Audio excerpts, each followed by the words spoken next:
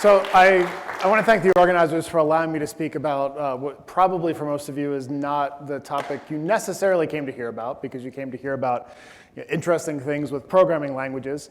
I actually have some experience of that nature, but I'm a dropout.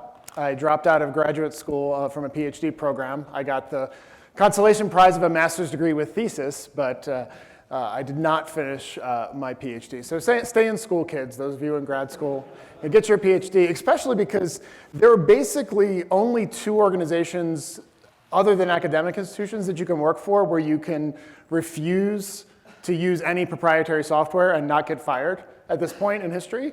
Like if you're a tenured professor, you can probably refuse to use any of the proprietary software on campus and not lose your job. If you work for the Software Freedom Conservancy where I work, or the Free Software Foundation, you can do that as well. But if you don't have a PhD, you can't get a tenure track position. So, and we're not hiring at the moment. And I don't think the FSF is either, although they may have one or two job openings, but not for developers. So stay in school, get your PhD, then you can have more control over what you're gonna do. I was actually involved doing programming language design and optimization research, mostly on the optimization side. So despite the fact that I am a graduate school truant and didn't finish my PhD, I do know a little bit about what Racket is and understand what it is. I actually did an independent study with my professor where we read Mateus's thesis all the way through, and I had to explain it to my professor. I did, in fact, do that at one point in grad school. I don't know why we did that as an independent study. It was two of us, and one of them dropped out. So he was an undergrad, though. But I did finish the class, and I think it was pass-fail, and I passed. So, so I have 3 credits of reading Mateus's thesis. Because of Java, and when I was in graduate school, this just-in-time compilation thing was incredibly popular when I was a student. I don't really know much about what's happened in the last 25 years in programming language research whatsoever, other than the fact that I have breakfast every week in Portland, Oregon, where I now live, with Jim Blandy, who, like our keynote speaker today, also works in Mozilla, is also involved in Rust, but also is one of the people who's implemented the JavaScript engine. So he tells me new things that are happening, brings research papers to breakfast and so forth. So by osmosis, I've gained some knowledge. But what I've mainly done with just-in-time compilations, I've applied it to talk preparation. So I do just-in-time talks. And it makes conference organizers very nervous. I had many emails from Jay saying, "Where's your abstract?" which was late. He gave a very good outline for all speakers of when we had to get things in. I missed every deadline. I think 3 weeks ago or 4 weeks ago was the deadline for my slides. Jay, here they are. If you have any feedback, just you can shout out if you have anything to say about them. So I've now delivered them. So I'm just late. It's not that I don't deliver.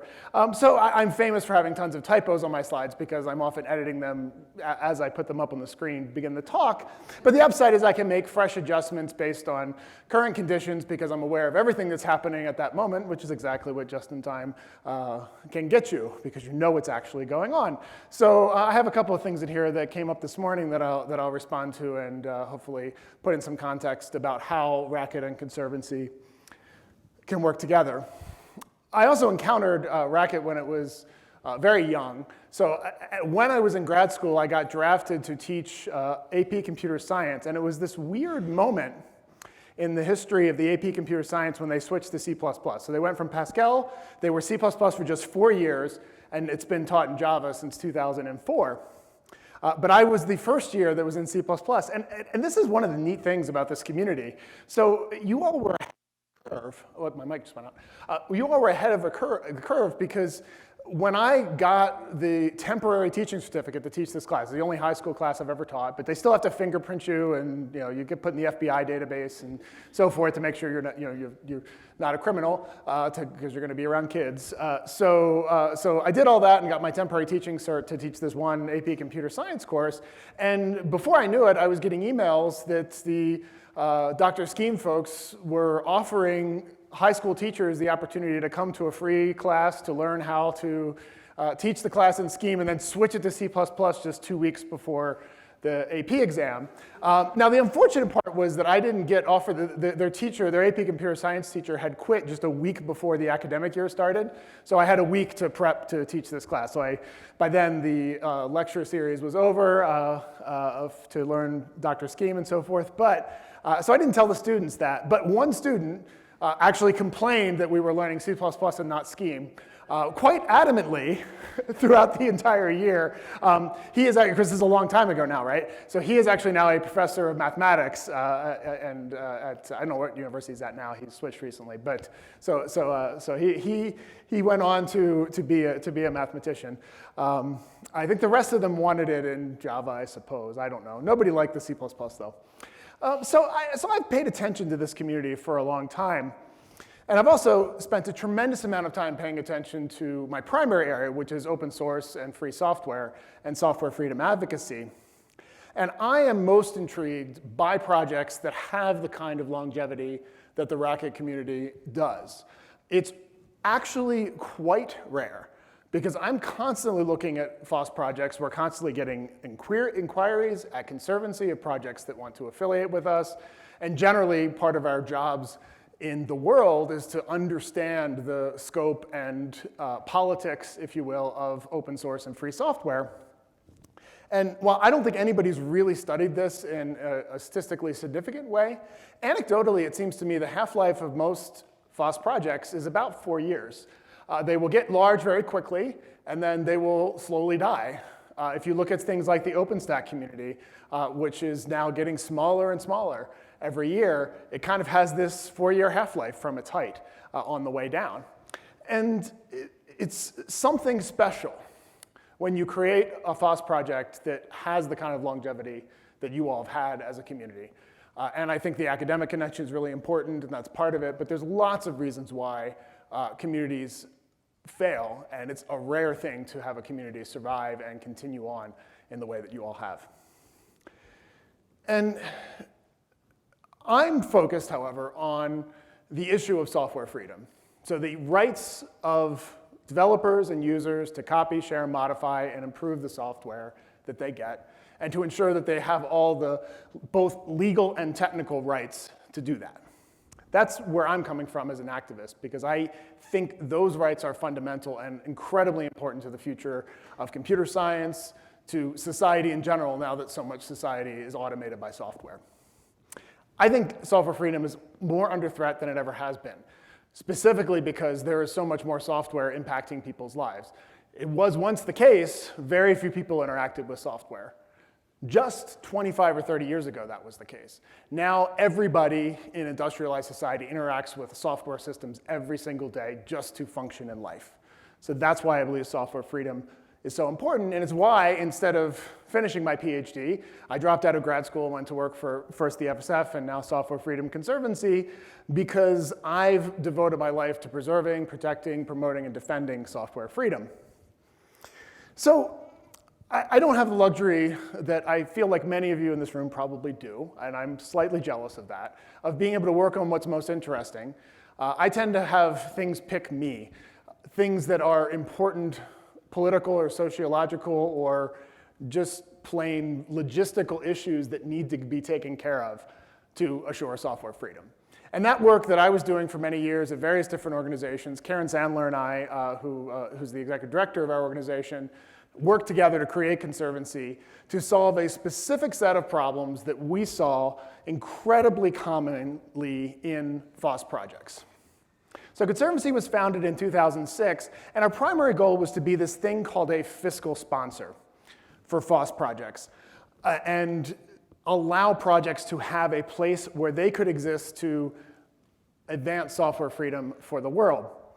Fiscal sponsorship is actually a term of art in the nonprofit world. So it's kind of this weird phrase that people outside, everybody inside the nonprofit world knows what it means, but outside the nonprofit world, people scratch their heads at it, just like many people do about concepts and terms we would use in programming language design that the rest of the world hears and thinks sound strange.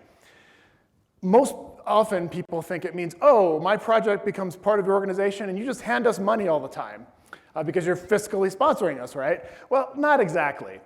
What the fiscal sponsor does is it provides the infrastructure to make that happen. It allows the project to be a charity, to be part of a nonprofit organization, to do all the things a nonprofit would need to do without doing the logistical work. So the leaders of the project can continue on, generally speaking, doing the same things they did before, making the software better, promoting the community, doing tutorials, teaching people, organizing conferences, and then we can help as a back office support to help with fundraising, to help with any legal issues that come up, to help with structural issues related to things, and governance when necessary as well, and to be a second level of governance for the project. So there was a long period of time from about 2006 to 2014 to 2016 era where there were only 3 organizations that existed that did anything like this. There was, of course, the Free Software Foundation, where I used to work. It has always done this kind of activity for the GNU project specifically, but not for other projects. There was the Apache Software Foundation. They do it for very specific projects that must be under the Apache license. They must follow the Apache way. I guess they don't have to use SVN anymore, but until a couple years ago, that was true. Now I guess they have to use GitHub, which is just weird to me. And then there was Software Freedom Conservancy. We were kind of the 3 organizations that did this, and it was this weird moment where there were lines out the door for all the organizations, people basically banging down the door saying, our project needs these services, and so forth. The interesting thing is that we've been saying, since Conservancy started, we thought initially, oh, fiscal sponsor will be self-funded, because in most other areas of fiscal sponsorship in the nonprofit world, the example I like to use is local theater groups. There are fiscal sponsors that a local theater group will join. The fiscal sponsor will handle what you would expect. They handle all the ticketing, they handle the money, they handle any insurance that they have to buy for the theater. They might even help them with renting theater or buying theaters in their local community so they can have a community theater there. And they keep 10% of the revenue at the fiscal sponsor level to fund the overarching organization, and then 90% is put into each different theater group. These are self-funding models. There's one called Fractured Atlas that we actually did a study of and did some work with to try to understand how to port that model to the free software and open source space, but there's tons of other ones. And it all works, and we thought, hey, great, this works, this is self-funding.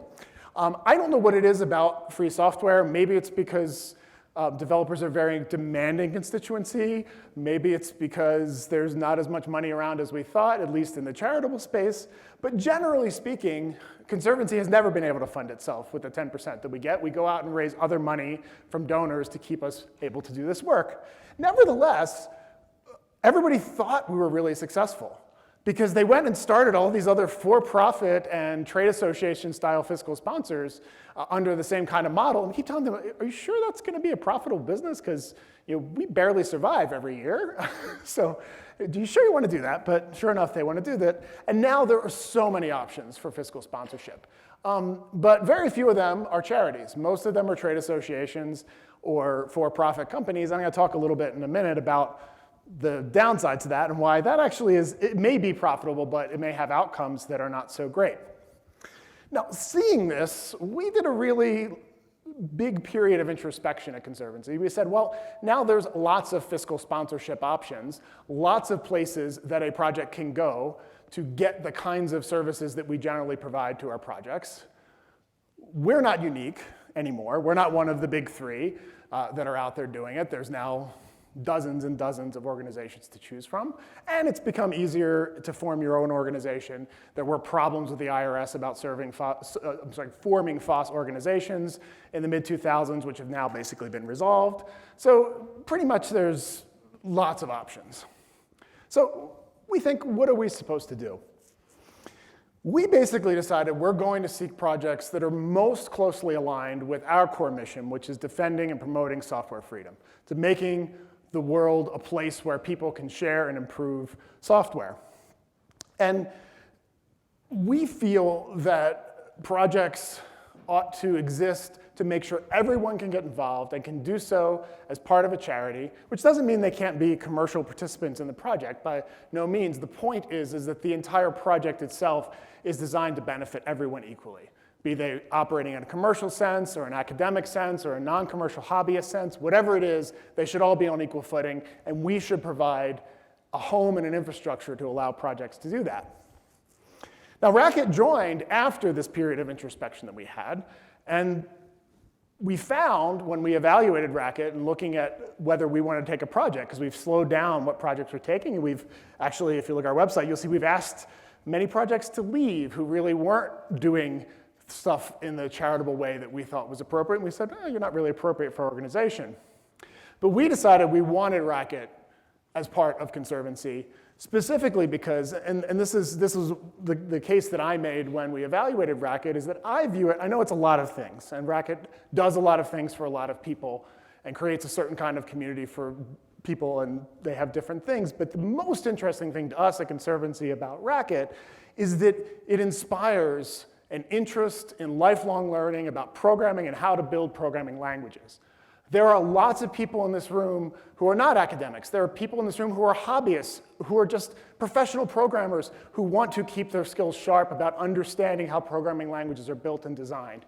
That kind of lifelong learning and education to get everyone excited about programming is the kinds of projects we're looking at. Similarly, we accepted a project called Microblocks, which is geared towards children in this regard. But I think of Racket as sort of the adult version of that helps people get excited about, hey, I want to play with programming language. I want to make a lifelong habit of playing with them because I'm a professional computer programmer, computer scientist, systems analyst, developer, whatever you are. You want to keep that skill sharp, and Racket's an environment to do that. So that's what's interesting to us about Racket. The other thing that's interesting to me personally is this thing my wife says to me over and over again. So I met my wife in 1992 before I became a free software activist, or 94 rather. Before I became a free software activist, she's known me the entire time when I got heavily into free software in the late 90s, 96, 97. We were already together, we got married in the early 2000s, and she always points this out to me that from her point of view, software freedom is something she can never take advantage of because she's not a developer. So for her, proprietary software is just as difficult to modify as free software is because she doesn't know where to start. For any of us who understand source code, we know it's a lot easier to modify the source code than to reverse engineer the binary, but people who aren't programmers are not. Now, it's not that I believe I used to believe that software freedom was only fundamentally important to developers. I don't really believe that anymore. But I do still believe that the benefits of software freedom for people who aren't programmers are generally ancillary, kind of a secondary set of rights that they get. They get access to a free market where there's lots of people who have different software products they can choose from. They have access to a free market to hire anybody they want to work on the software and improve it. They're not locked into one vendor. But they ultimately are never going to open an editor and start writing software. However, when you look at something like Racket, it's encouraging people to get involved with a little bit of programming. I used Racket myself more recently in the last 5 years. A friend who was a FOSS contributor but not a developer wanted to learn how to program. Like, what do all my colleagues do? I want to learn. And I did a series of tutorials with her on the phone using Racket and giving her exercises to teach her programming because it was obviously the best environment to teach someone who's generally knowledgeable about computing but has never done programming to learn how to do programming, to learn the basic concepts of what programmers think about when they write software. So I believe that that kind of engagement in lifelong learning about software needs to be available to everyone, and that Racket is a great fit for Conservancy because of that.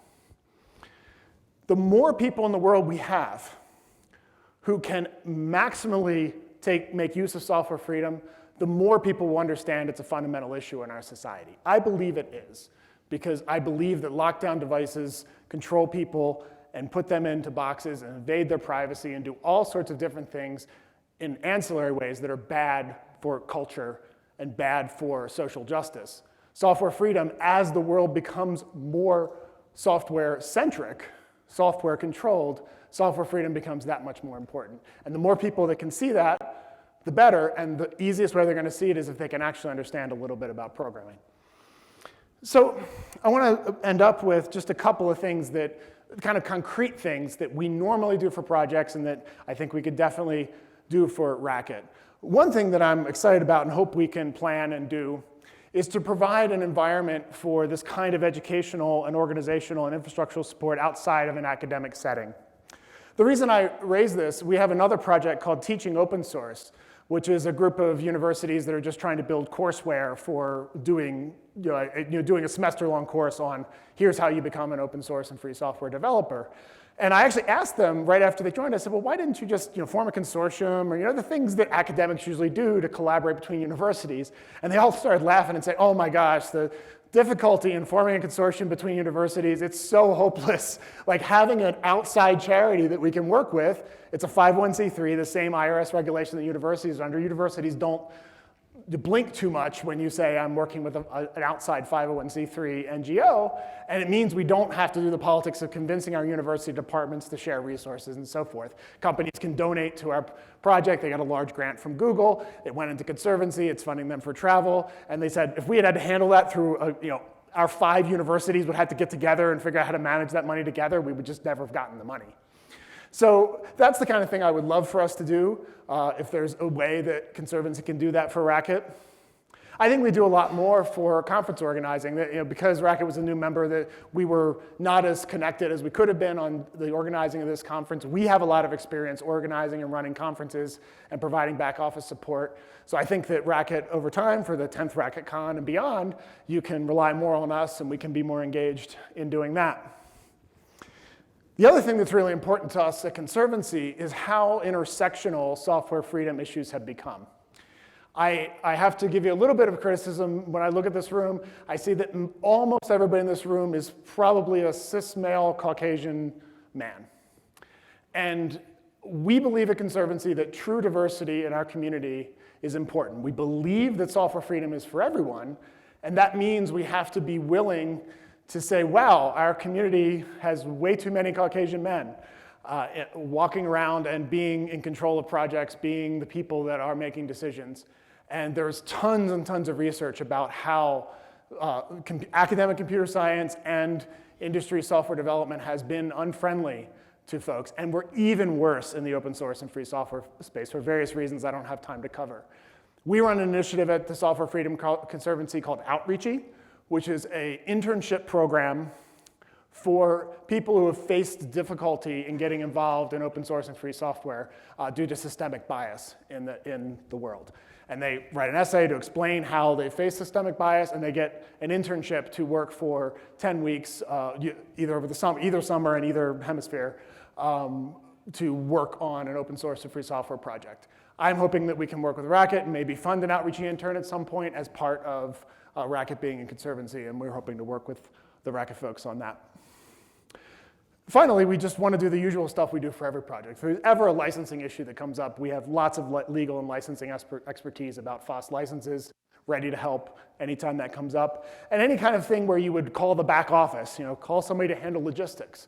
We do a lot of logistical stuff for our projects. I spend way too much of my life thinking about where to ship stickers. I have a master's degree in computer science. Why am I worried about why do I know so much about how the post office works? Well, that's because projects need to know, projects need somebody who knows how the post office works and what options are available to ship things around the world.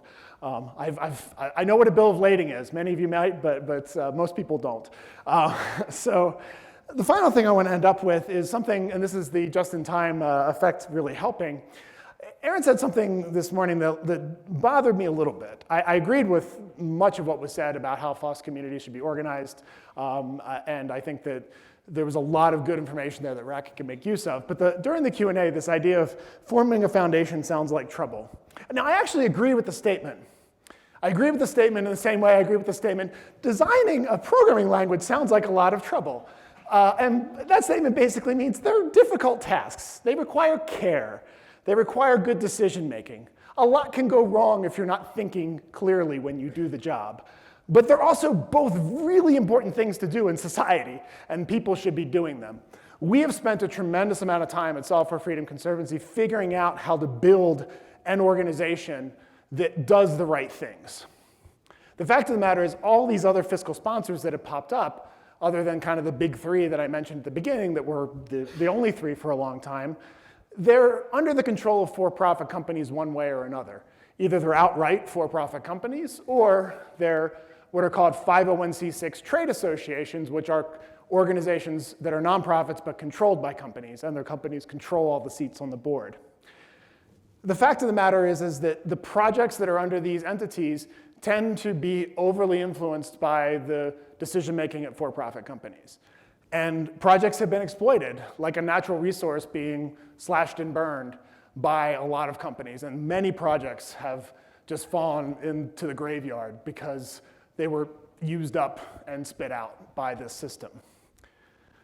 I've really tried to dedicate my career, and all of us at Conservancy are very focused on the idea that we should have an organization that is looking out for everybody's software freedom and having a place where projects can come and say, I want to be part of an organization that's watching out for the software freedom issues in my project and helping my project promote it.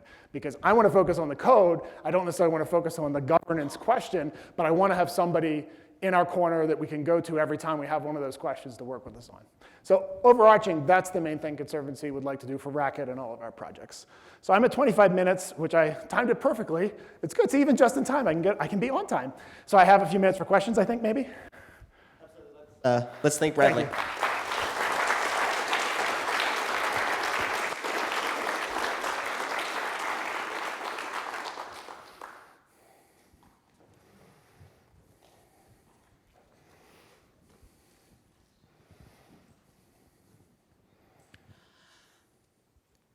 So big systems like the airport government all have software in how they do their work. They also have contracts with the companies that produce that software such that if something goes wrong, they can open up a bug, and then those people will go and fix it. We're not going to be able to change those systems by changing something with a pull request, because someone has to still make the decision to import that into those systems of power. So how do we make free software synonymous with democratized services that we depend on? I think it's a hugely tough question, and since this wasn't, I didn't lay a lot of groundwork to answer it very well, because this wasn't really a software freedom talk. It was mostly about what Conservancy can do for Racket. I will say that I think I would refer you to a couple of things. My colleague Karen Sandler has done a tremendous amount of work on issues around medical devices and software freedom. She's written and given talks about that issue and how to address that issue in a democratized way. And she's concerned because she has a medical device herself, which she can't even see the source code to, let alone modify it, even though it's in her own body. So that's a good place to chase this issue, because unlike airplanes where there's third parties involved and big companies involved, in the medical devices issue, ultimately, no matter what big companies are involved, that medical device goes into somebody's body, and they ought to have autonomy and control. And chasing it from that issue of autonomy and control of an individual with software in their body, I think, is a really interesting way, and my colleagues working heavily on that. One other thing I'll mention is that the idea of a pull request to a big company, the typical way that free software gets used in big companies is there is a vetting process where stuff coming from the community is then vetted again before it's put into safety critical stuff. And that work's already ongoing. Linux is in most vehicles today. Now, most car companies are violating the GPL, which is another question entirely, but they've made the decision to vet Linux and decide to put it in to their products. And when there are safety critical issues that come up in Linux, they're vetting and doing that process in between. I think we went a lot of steps backwards in the last 10 years as software has become central to society. And educating people about what software is doing to them is a huge, difficult issue that's going to require lots of organizations working in lots of different ways to explain that. The fact that Facebook could just say, well, what can we do about Russians buying ads on our site and influencing people in the election? We're just doing what we're supposed to do. We're a for-profit company.